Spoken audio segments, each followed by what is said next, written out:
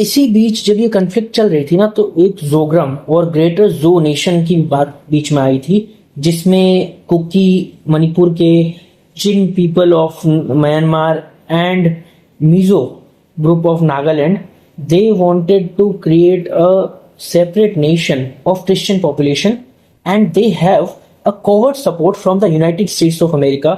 क्योंकि जब देश आज़ाद नहीं हुआ था 19th और 20th सेंचुरी में, तो जो मणिपुर और इस रीजन में, म्यांमार वाले रीजन में, चीन रीजन में जो मिशनरीज आए थे, वो काफ़ी अमेरिकन बैप्टिस्ट मिशनरीज थे, और वो आज भी उनके कल्चरल टाइज उनके साथ हैं, और यूएस चाइना को काउंटर करने के लिए इस रीजन में अपना डोमिनेंस बढ़ाना चाहता है, और उसमें अगर उनको एक पर्टिकुलर क्रिश्चियन नेशन मिल जाए तो वो उनके लिए एक और नहले पे दहले वाली बात हो जाएगी, तो वो भी एक कहीं ना कहीं उसकी भी जियोपॉलिटिक्स चल रही है।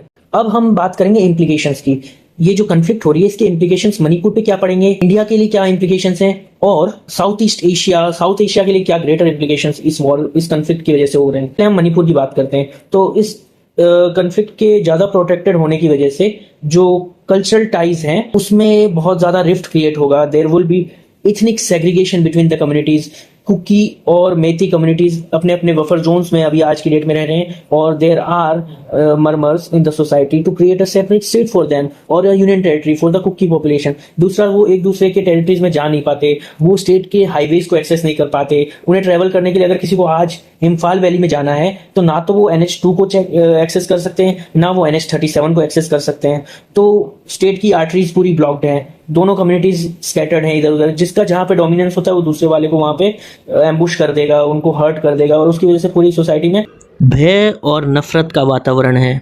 और साथ में there is a loss of trust in institutions and neighbours. तो अगर ये कॉन्फ्लिक्ट लॉन्ग टर्म में चलेगी तो there is a chances of communal polarisation within the society. तो ये तो हो गई मणिपुर की बात। अब हम बात करेंगे इंडिया पे क्या पड़ेगा। तो इंडिया पे बात करते हैं तो हमें सबसे पहले तो इंटरनल सिक्योरिटी का थ्रेट बन जाएगा।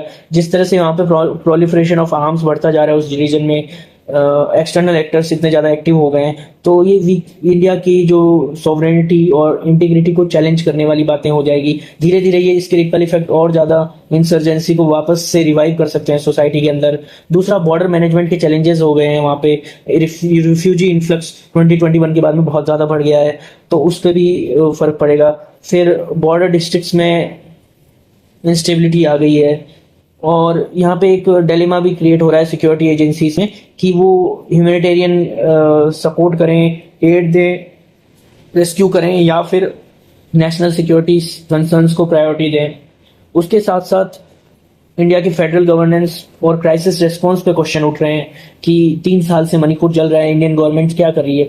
बट 30 साल से कश्मीर में मिलिटेंसी थी, पंजाब में 15-20 साल तक मिलिटेंसी थी, नॉर्थ ईस्ट में भी जो पुरानी इंसर्जेंसी चली थी वो लगभग 30 ईयर्स चली थी। तो जब कोई कंफ्लिक्ट आ जाती है ना, तो वो कहना आसान है, न्यूज में चिल्लाना आसान कि क्यों कुछ नहीं कर रहे हो, लेकिन ये बहुत कॉम्प्लेक्स इश्यूज होते हैं। इसमें सिक्योरिटी एजेंसीज को आप एकदम खुला हाथ भी नहीं दे सकते हो, आपको सबको साथ लेके चलना पड़ेगा, आपको सबकी फीलिंग्स को हर्ट नहीं करना है, आप आयरन फिस्ट नहीं कर सकते हो, और बहुत सारी इम्प्लीकेशंस हैं। आपको ह्यूमन राइट्स का ध्यान रखना है, आप मिलिटेंट्स की तरह बिहेव नहीं कर सकते, तो आपको पूरे ह्यूमन राइट्स को फॉलो करना होगा, आपको लॉ अबाइड करने होंगे क्राइसिस में भी, और उसी के साथ साथ आपको हार्ट्स और माइंड्स जीतने होंगे लोगों के बीच में जो ट्रस्ट डेफिसिट है उसको वापस रिवाइव करना होगा।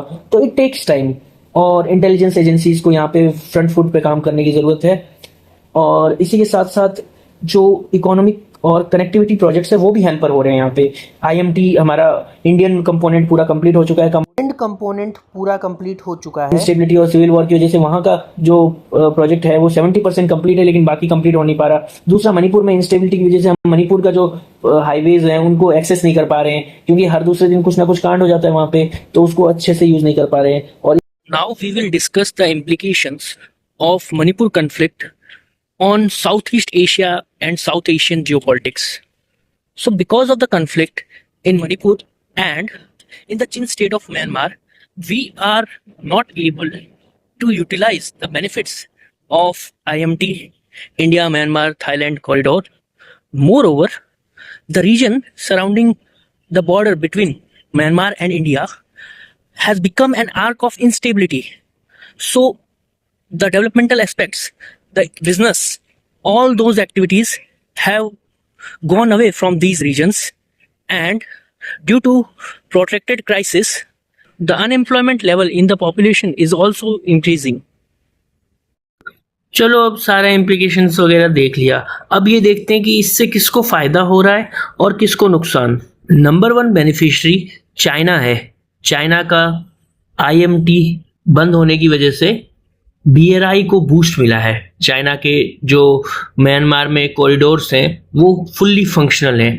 ट्रेड चाइना का म्यांमार के साथ डबल हो चुका है और वो इंडिया का इन्फ्लुएंस भी साउथ ईस्ट एशिया में कर्ब कर पा रहा है। लिस्ट में नंबर 2 पे है इंसर्जेंट ग्रुप्स। इनको सेफ हेवेंस मिल रहे हैं इंसर्जेंसी और क्राइसिस की वजह से। आर्म्स एक्सेस मिल रहा है from covert elements of external agencies और रिक्रूटमेंट अपॉर्चुनिटीज मिल रही है क्योंकि crisis is the best time to recruit people. इसी लिस्ट में नेक्स्ट हैं organised crime networks, drug cartels, arm traffickers.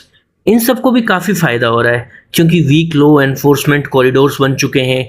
इनमें ब्लैक मार्केटिंग की एक्टिविटीज़ काफ़ी इंक्रीज हो सकती है। साथ ही साथ पॉपी कल्टीवेशन भी अनगवर्नड स्पेसेस में ज़्यादा इजीली हो सकता है। चलो नफ़ा तो देख लिया है हमने, अब नुकसान देखते हैं। नुकसान में सबसे ज़्यादा इंडिया का नुकसान है। इंडिया ने अपनी क्रेडिबिलिटी लूज़ की है। इंडिया अपने प्रोजेक्ट्स को टाइम पे इम्प्लीमेंट नहीं कर पा रहा। इंडिया अपने टाइज को बढ़ा नहीं पा रहा। इंडिया अपना ट्रेड नहीं बढ़ा पा रहा आसियान के साथ। नंबर 2 पे आसियान का नुकसान सबसे ज़्यादा हो रहा है। आसियान के कनेक्टिविटी प्रोजेक्ट्स कंप्लीट नहीं हो पा रहे इंडिया के साथ। उस वजह से उसका ट्रेड डाइवर्सिफिकेशन रुक रखा है। वो चाइना पे ही ट्रेड के लिए डिपेंडेंट है। म्यांमार जो पहले से ही काफ़ी अनस्टेबल और सिविल वॉर के अंदर था, वहाँ पे अब मणिपुर क्राइसिस का एक एड ऑन इम्पैक्ट और आ गया है और ये और स्पिल ओवर इफेक्ट क्रिएट करेगा। इस पूरी क्राइसिस में अगर किसी का सबसे ज़्यादा नुकसान हो रहा है तो वो और कोई नहीं, वहाँ की लोकल पॉपुलेशन है जो चिन रीजन और म्यांमार में रहती है। वहाँ की पॉपुलेशन का फोर्स्ड माइग्रेशन हो रहा है, इतनी क्लैशेस हो रहे हैं, लोगों की डेथ हो रही है, वहाँ के ट्रेड और बिजनेस कंप्लीटली डिस्ट्रॉय हो चुके हैं, तो उनसे ज़्यादा नुकसान किसी का नहीं हो रहा।